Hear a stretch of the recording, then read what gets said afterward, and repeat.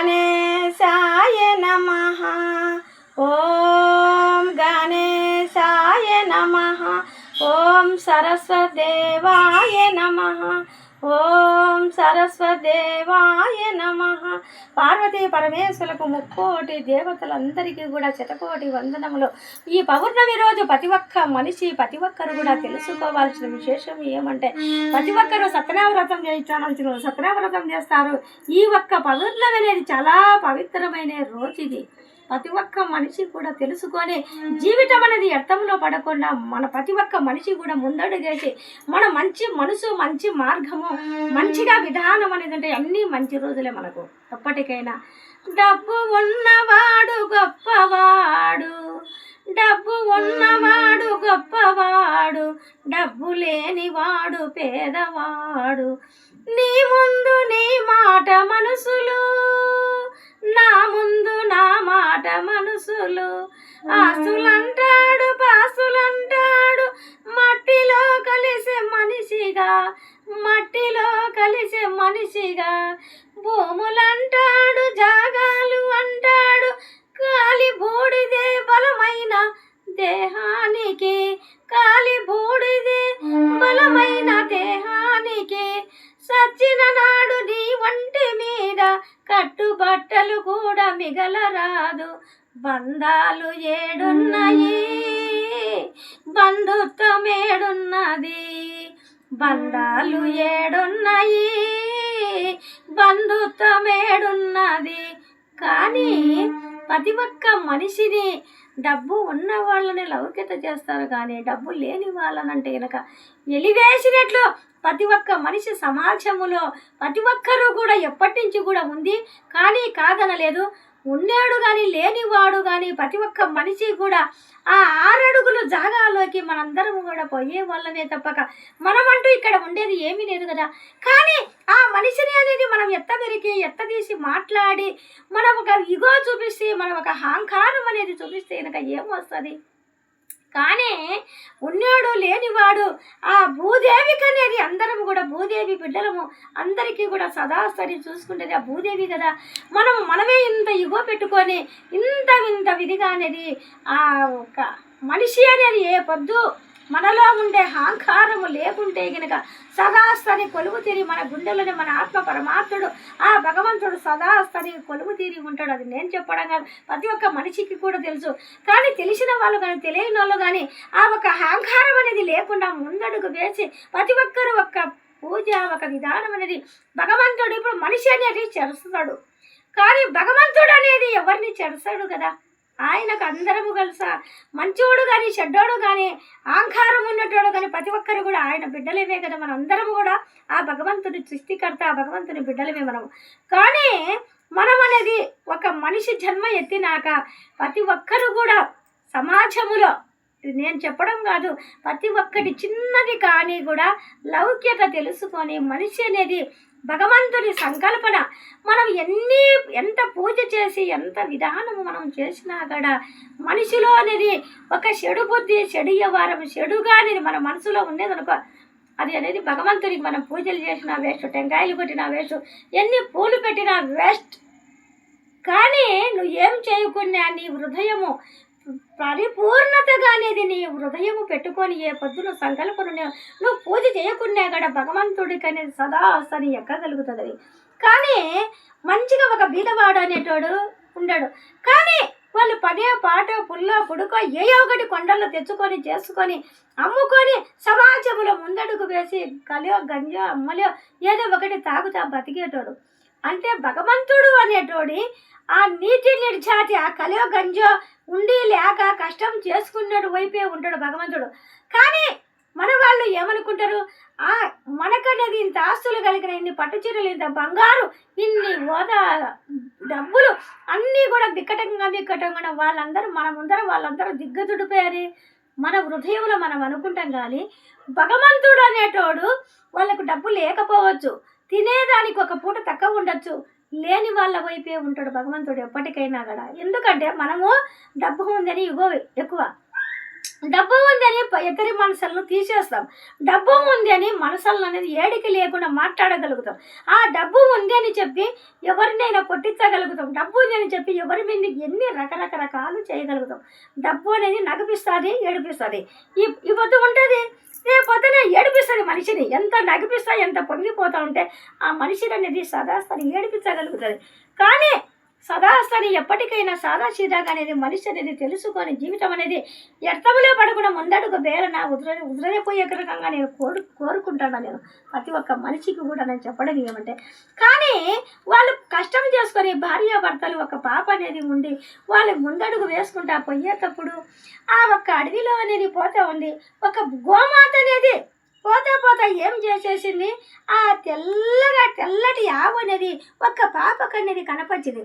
ఆ పాపకు కనపస్తే నేను ఎందుకమ్మా నీ ఒక్క విధి చూస్తుంటే అన్నము నీకు గడ్డి లేక ఏమీ లేక చాలా ఇదిగా నువ్వు ఉండగలుగుతున్నావు, ఏమిటండి నీకు ఏమిని ఆ యావును పట్టుకొని ఈ ఒక్క చిన్న పాప అడగగలుగుతుంది అంటే, నాకు ఏమిటికి లేదు, ఎక్కడ లేదు, నేను పైన నుంచి వచ్చినాను, నా వజ్రము అనేది నా మీద ఉన్నది, అది ఊడి కింద పడిపోయింది.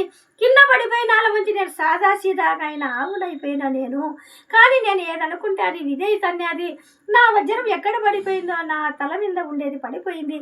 ఇప్పుడు నేను ఇట్లా అయిపోయినాను.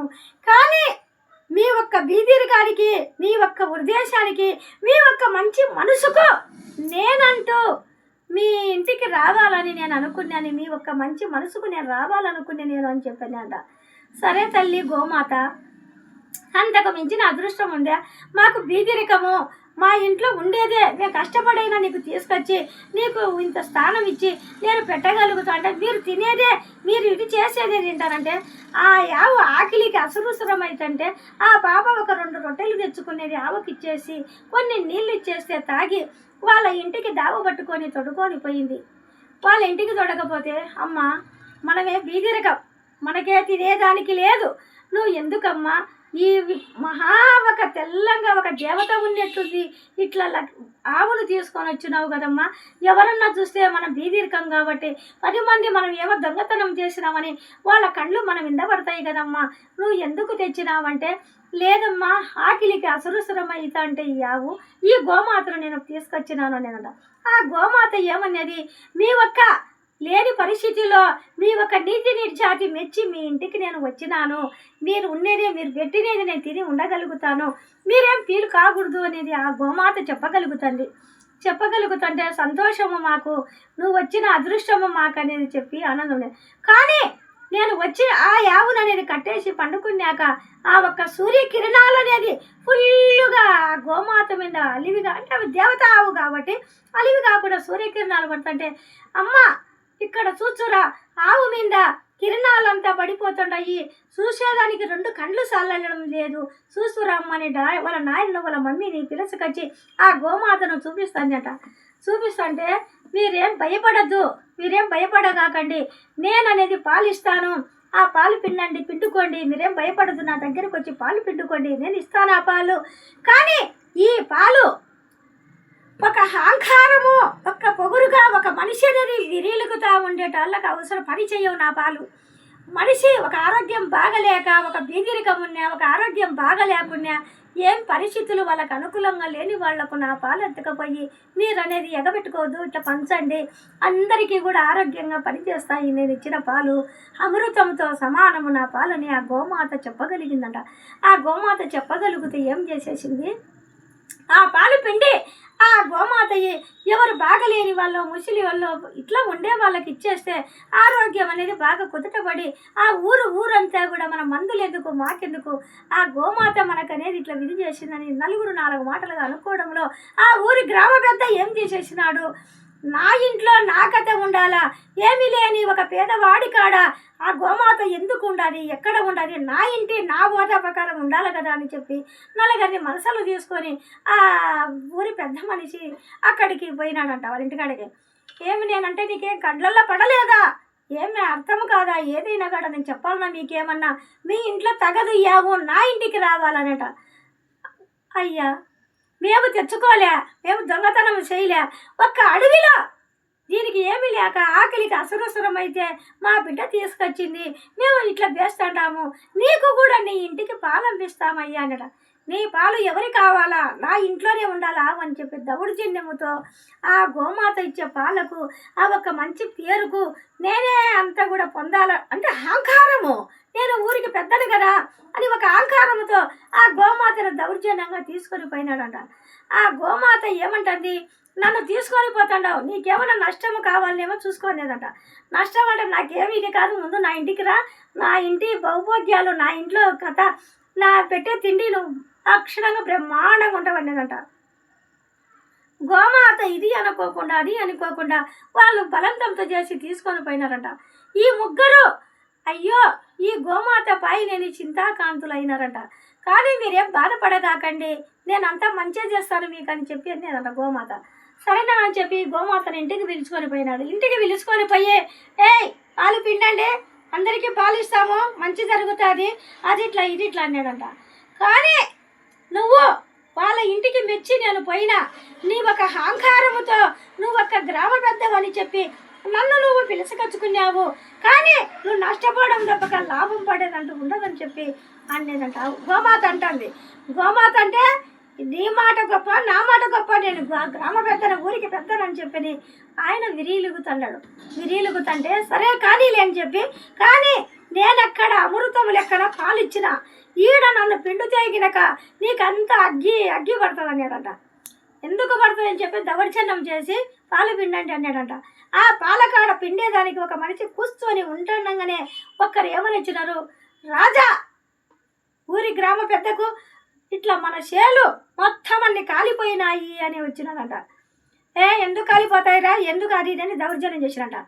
మళ్ళీ కొంతసేపటికి ఇంకొకరు ఏమొచ్చినాడు, మన అన్నీ సుమారుగంత చాలా నష్టపరిహారం వచ్చి మనకంతా నష్టం వచ్చేసింది, ఇట్లా పని వేరే వాళ్ళు ఇట్లా దౌర్జన్యంతో చేసి మనకు నష్టపరిహారం అయిందని ఒకరు చెప్పినట్ట. మళ్ళీ వచ్చి ఇంకొక వాడు వచ్చి ఏం చేసేసినాడు, మనము అక్కడి నుంచి ఇక్కడికి, ఇక్కడి నుంచి అక్కడికి పార్సల్ జరగడంతో మన అన్నీ ఏట్లో కొట్టుకొని పోయినాయంట, ఏమి నామరూపం లేవంట అని ఒకరు వచ్చినారు. మళ్ళా ఒకరు ఏమొచ్చినారు, నాలుగోవాడు, మనము అంటూ ఒక ఖజానా మాదిరి దాపెట్టిన బంగారు కానీ, నగలు కానీ, డబ్బులు కానీ, ఏమే కానీ నామరూపం లేకుండా పోయినాయంట అని ఒకరు వచ్చినారు.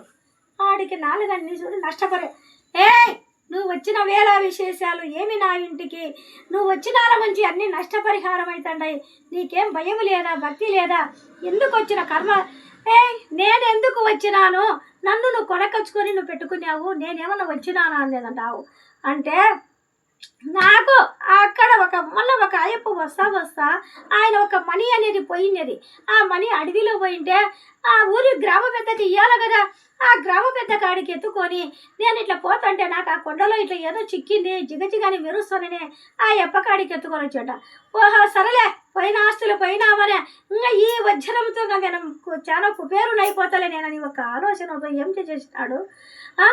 తర్వాత నేను ఈ వజ్రమైనా మనకు దక్కింది అని చెప్పి ఆ తెచ్చిన యొక్క చేతులోంచి నా చేతిలో పెట్టమని చెప్పి చేయి వేస్తానే, అది కింద పడి టక్కన పోయి ఆవుకు తలకాయకి ఎక్కడ ఉండేది అక్కడ పోయి కూర్చునేది. మళ్ళీ ఆ మణి పోయి మళ్ళీ ఆ తలకాయలో కూర్చునేది. తలకాయలో కూర్చొనే నీవు గ్రామ పెద్దవని చెప్పి ఒక పేదవాడి ఇంటికి నేను మీ బాగుపరిచేదానికి పోతే నువ్వు అంటూ నీ కళ్ళు అనేది ఓర్చుకోక నువ్వు ఒక పెద్దనని చెప్పి గ్రామ పెద్దనని నీ ఇరీలుగుతా చేస్తా నన్ను అంటూ ఇట్లా విధి చేసి ఇబ్బందికరం నువ్వు పెట్టగలుగుతావా, నా వజ్రం అది మనీ తగిలినావనుకో నువ్వు అటనే బసమైపోతావు కాక నా బూడిద అయిపోతావు అని చెప్పి చెప్పిందంటావు.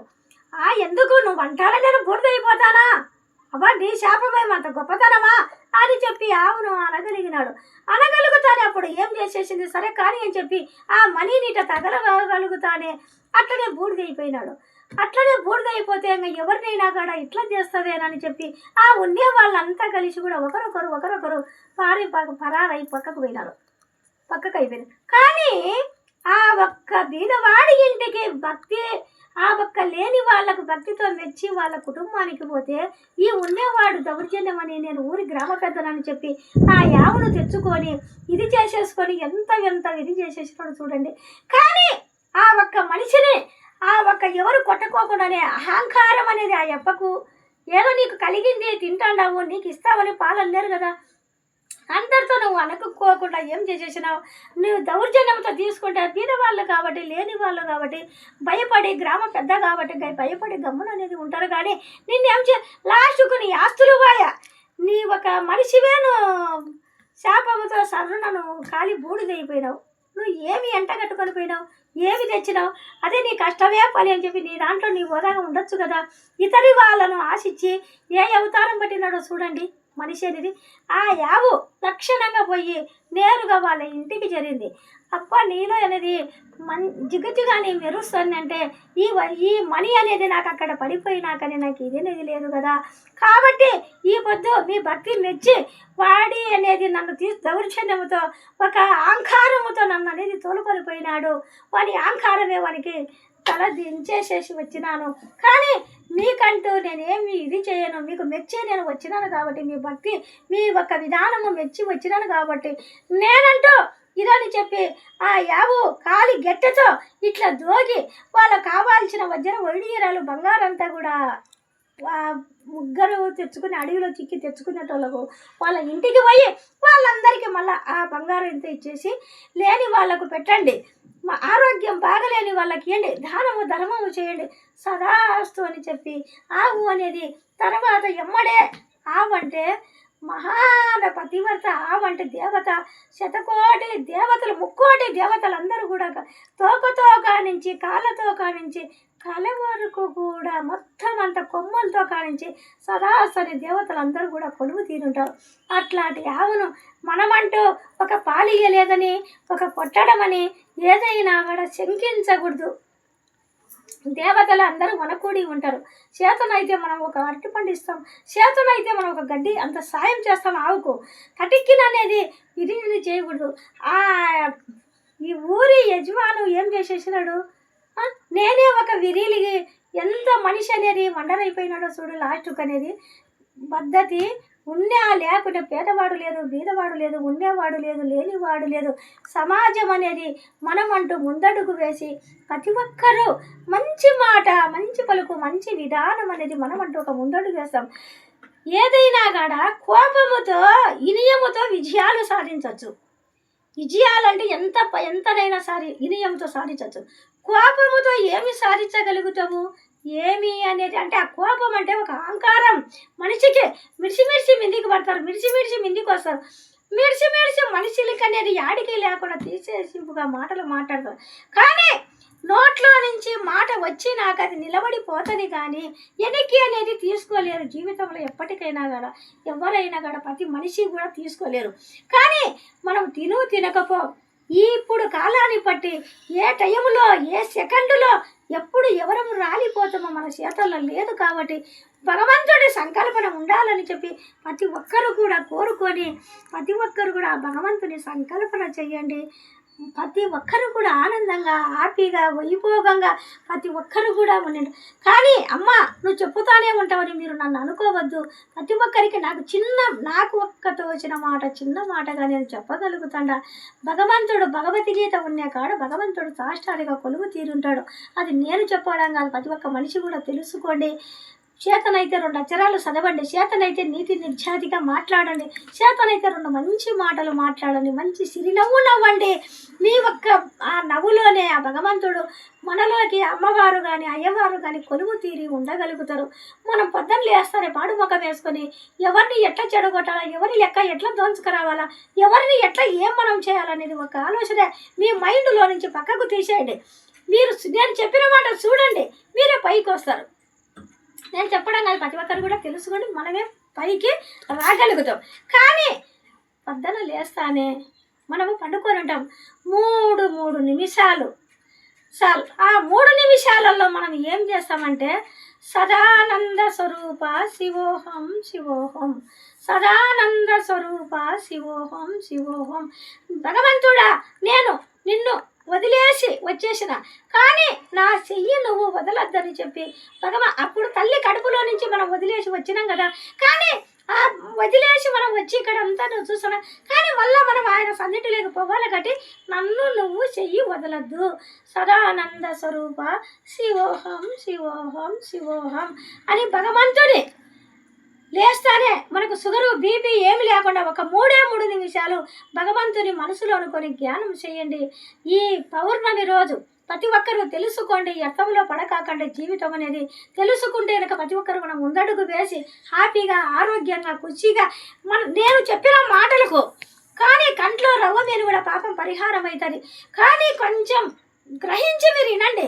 షుగర్ ఉన్నా, బీపీ ఉన్నా, ఏదున్నా ఒక మంచి మాటలకు తల వంచి మనము ఇన్నాగాడ మన మైండ్ అనేది మంచిగా సెట్ అయిపోయి హ్యాపీగా మనం ముందడుగు వేయగలుగుతాం. ఆ భగవంతుడే సంకల్పనతో నేను మీ ముందుకు వచ్చి చెప్పగలుగుతుంటే ఆ భగవంతుడు సంకల్పన నాకుండి నేను మీ ముందుకు వచ్చి చెప్పగలుగుతున్నది నా మాట కాదు, అంతా భగవంతుని మాట. ఓం నమః శివాయ. ఓం నమః శివాయ.